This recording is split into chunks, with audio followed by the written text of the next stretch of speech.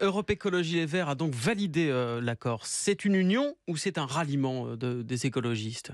C'est une union populaire et c'est une union autour d'un programme, et c'est ça le plus important. Les premières choses que nous avons faites depuis une semaine avec Europe Écologie Les Verts est de discuter de quelle ambition était la nôtre pour le pays si nous devions demain, au mois de juin, gouverner ensemble, parce que c'est véritablement ça l'objectif.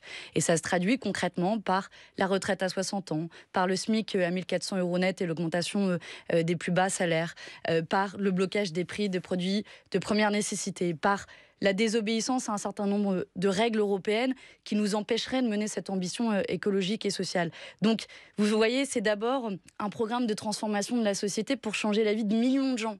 C'est ça notre objectif premier. C'est pas juste un accord de coin de table, de tambouille électorale, de tu prends 3 circos, tu prends 3 circos. Non, l'objectif, c'est, et je crois que c'est un moment historique. Et on a fait référence, et l'histoire et le hasard du calendrier fait que demain, c'est l'anniversaire du Front populaire.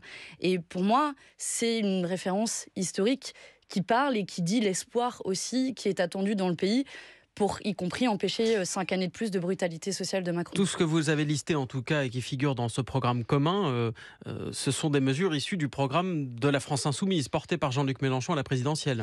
Et qu'Europe Écologie Les Verts partage. Vous savez, on mène beaucoup de batailles en commun. Je suis bien placée pour parler au Parlement européen.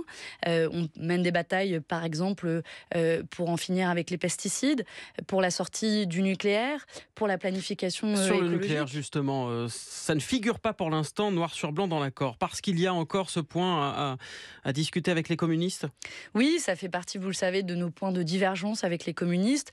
Je le dis aujourd'hui, nous souhaitons que cette union populaire continue de s'élargir, continue de rassembler, et y compris avec les communistes et les socialistes que nous allons revoir dans la journée, peut-être une nouvelle nuit de discussion. Et qu'est-ce qui est sur la table avec les communistes? Un référendum sur la sortie ou le maintien dans le nucléaire, puisque les communistes veulent le maintien, alors que toutes les autres forces de gauche veulent un retrait du nucléaire. C'était une proposition que nous avions faite avant la présidentielle, pour essayer justement de contribuer à ce rassemblement. Je regrette que les communistes n'aient pas saisi la main tendue à ce moment-là. Maintenant, nous allons continuer à discuter, vous l'avez dit. Le reste des forces de gauche sont pour une sortie du nucléaire. Bon, j'espère qu'on pourra trouver ensemble une solution, parce que, je vous l'ai dit, ce dont il s'agit, c'est pas de cacher les choses sous la table. C'est qu'au soir du 19 juin prochain, qui est le second tour de l'élection législative, si nous remportons la majorité à l'Assemblée nationale, d'avoir Jean-Luc Mélenchon Premier ministre et de commencer à gouverner immédiatement le pays et de transformer notre vie, la société. Et donc, il ne faudra pas improviser. C'est pour ça que nous faisons ce travail programmatique qui est, je crois, historique de l'avoir réalisé en quelques jours à peine. Mais vous avez récupéré, vous, des propositions, par exemple, des écologistes dans le programme. Vous l'avez enrichi de propositions qu'Yannick Jadot portait? Bien sûr, quand on parle notamment, par exemple, je vous dis, dans les choses qui me viennent, ils ont parlé de offrir un vélo à l'ensemble des jeunes. Ça fait partie des petites propositions comme celle-là pour enrichir la transition écologique. On doit finir le travail programmatique complet dans la semaine et le présenter à une convention commune que nous organiserons samedi, qui, je crois, sera elle aussi historique, puisque nous investirons nos candidats communs aux législatives. Nous présenterons notre projet plus détaillé, puisque le texte issu de nos discussions...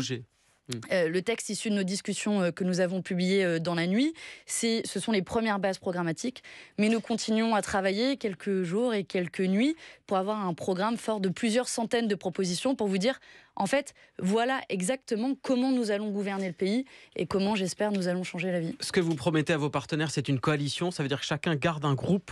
Donc 15 députés minimum, il y en a une centaine, on disait tout à l'heure sur France Info, Victoria Coussa du service politique de France Info, une centaine pour les Verts.